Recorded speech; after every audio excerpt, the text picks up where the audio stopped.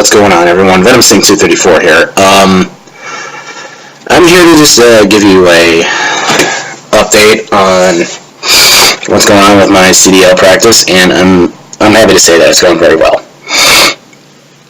Just to give you a little background of what's been going on, why am I getting my CDL back in the first place, is I first started with EAL Training Services, who I'm with right now, back in 2010, in the month of July.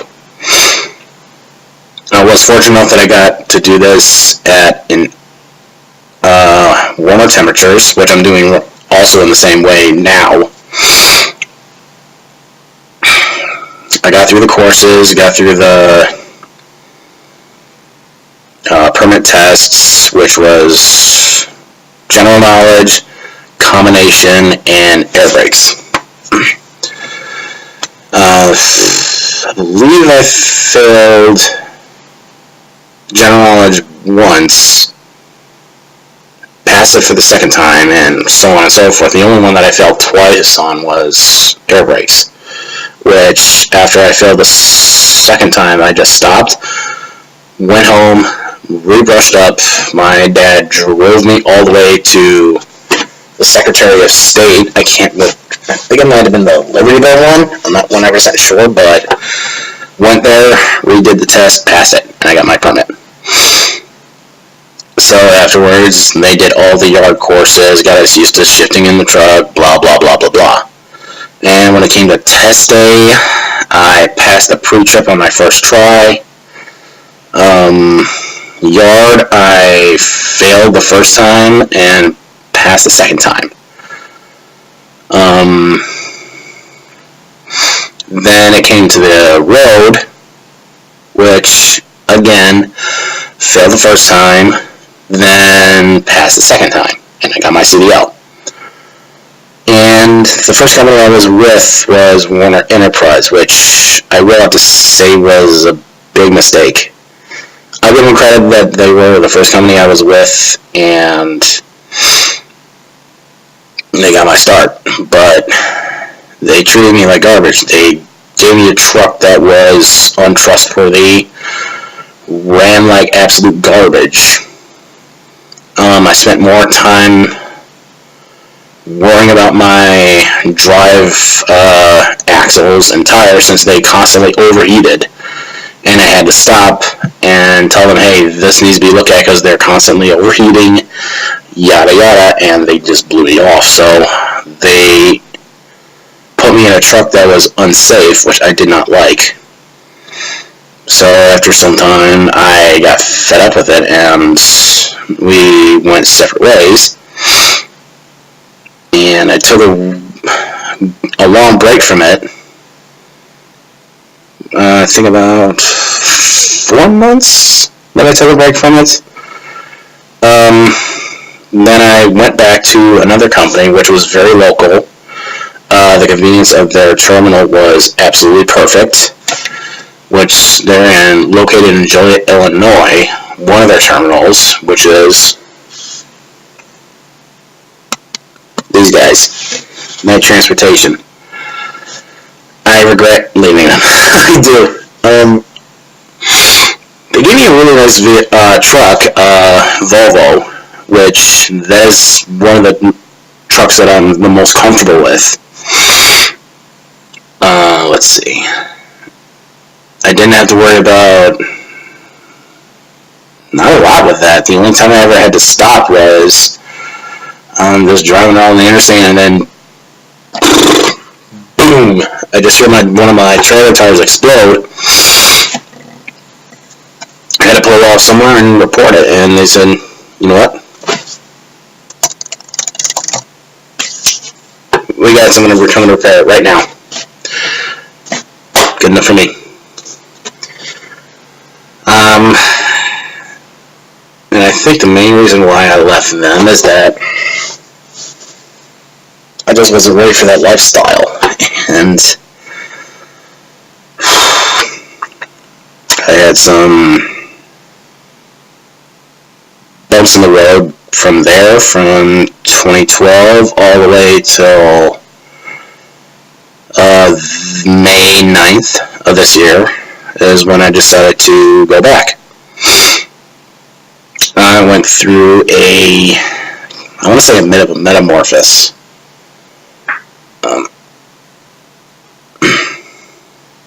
Sorry.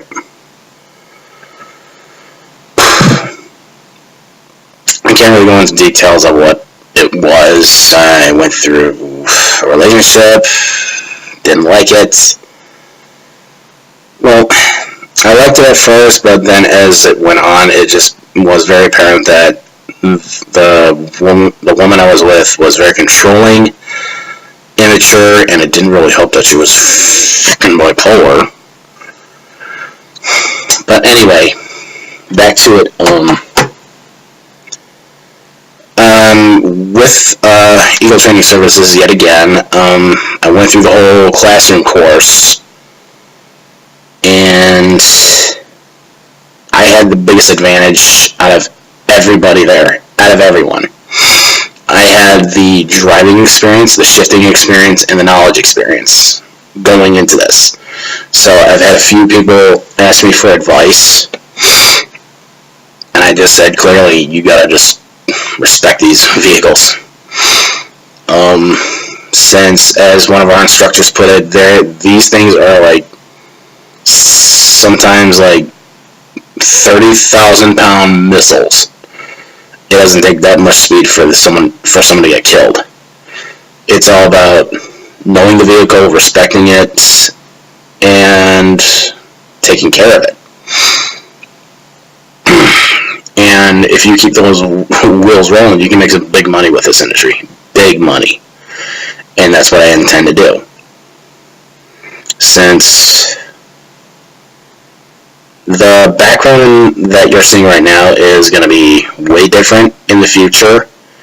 The house I'm in is going on for sale. It's not up to me, but it's to the homeowner, which is one of my parents.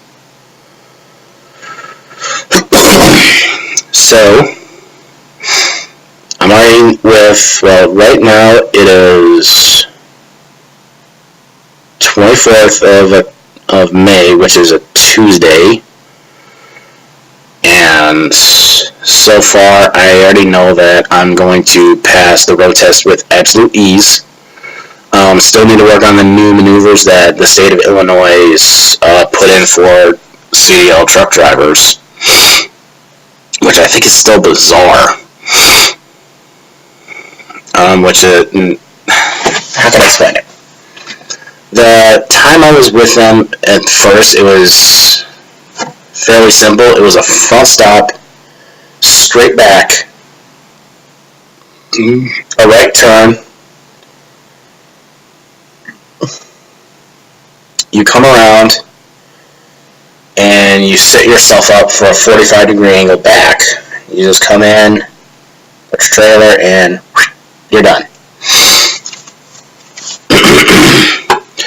I got through all those easily. Well, not easily. I passed the pre-trip once. I had to do only once, thank God. And the other two tests I failed one time each. Just one time each. Which I was glad that was the case.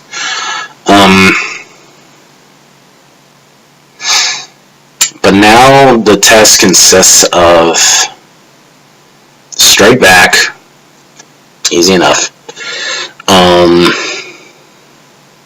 Offset backing, which basically,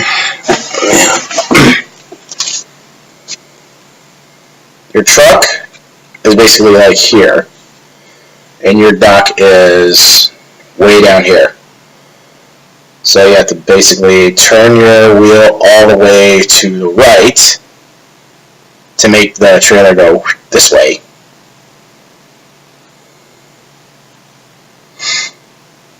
No, I take it back. You have to turn it all the way left to make it go this way, to the right. Count to 1001, 1002, 1003 in a slow manner, then turn it back. Straighten it, look at your app, see if you're aligned in the right way, if you're a little off, if you're a little whatever. Correct it, slowly back in, straighten out, and you're in.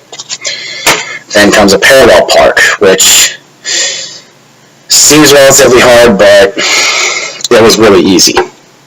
If you really go slow, understand what the vehicle is going to do, and if you get all three maneuvers done, you're on the road course, which is very easy. It's quick. You pass that, make sure the tester is comfortable in the truck, they like what you're doing, and you'll be able to get your CDL easily, which I'm going to be doing. So, anyway, I'm currently in a contract with Swift for about a year after I got my CDL, which is not too bad. I would say after I'm done with Swift, I'm going to be going back to these guys. I have no absolute problem with them at all. None. So, after I'm done with Swift, I'm definitely going back to Knight. Indefinitely. It's not like I don't like Swift as a whole.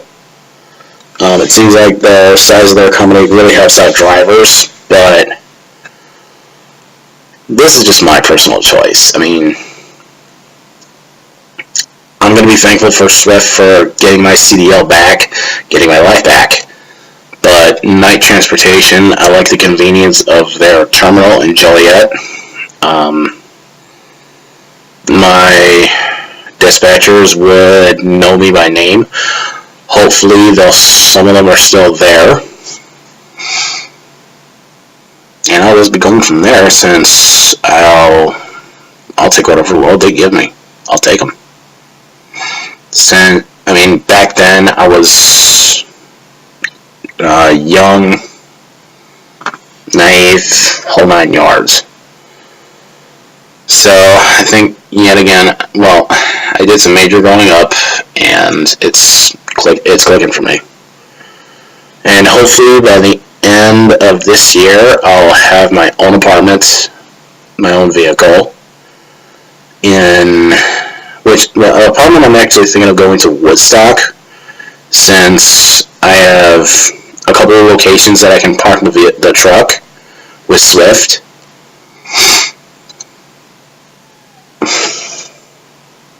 Now I got my cat. Oh, I know. My goodness.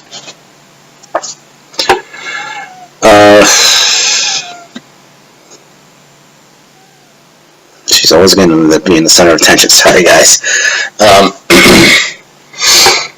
But mainly, if I go with Knight Transportation, I'm still going to be doing my 3 to 4 weeks out at a time, doing long hauls, and hopefully down the road I can get my hazmat endorsement and get more loads, which I first got to get my fingerprints done and go through the test, which is an absolute bitch.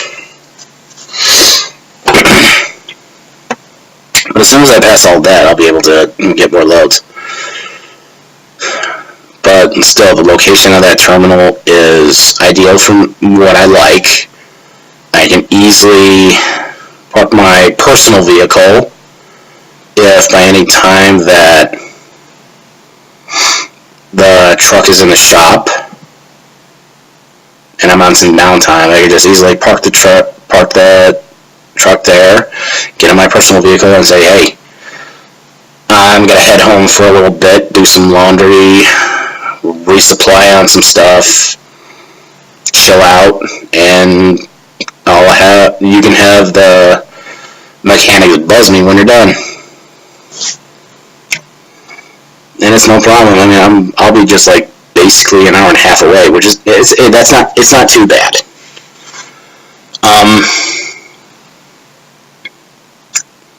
I'm not sure if I would relocate to Joliet in a living situation. I want to be relatively close by to some of my family members. I don't want to be too far away, but it all depends on what I'm going to do. So,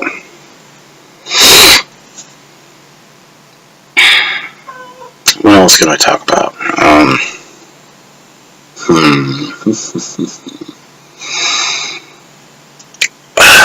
Whatever. But that's just basically my update on what's going on. Everything's going, like I said, everything's going perfect and according to plan. If you like, I have a Facebook page, Live Trucking with Venom Sting. Or I'll figure it out. I think that's what it's called, but I'll put a link in the description down below. I also have a page if any of my subscribers have any kids or anything like that. I'll put a link for Trucking with Venom Sting for Kids, which has pictures that you can print off, and you can have your kids color them in, and you can email me the finished stuff that your kids colored in. It engages kids that like trucks, all that kind of stuff. And I highly recommend that you do so. And also, I will be doing some mini-series of activity books for them. What to do, like, you see a truck, what's the safety things to do. Also, be sure to follow me on Twitter at VenomySting23. I'll have it spelled out in the description as well. You can also follow me on Instagram, which is VenomSting234. I'll have that in the description as well. And also don't forget to like, subscribe, favorite, and share this. Please do so, because I would love to have more viewers, love to have more subscribers to give advice on if you're new to the industry, which a lot of people coming into this industry are absolutely blind to everything, which I was in 2010. So, again, like, subscribe, favorite, share, the whole thing. And I'll see you guys later.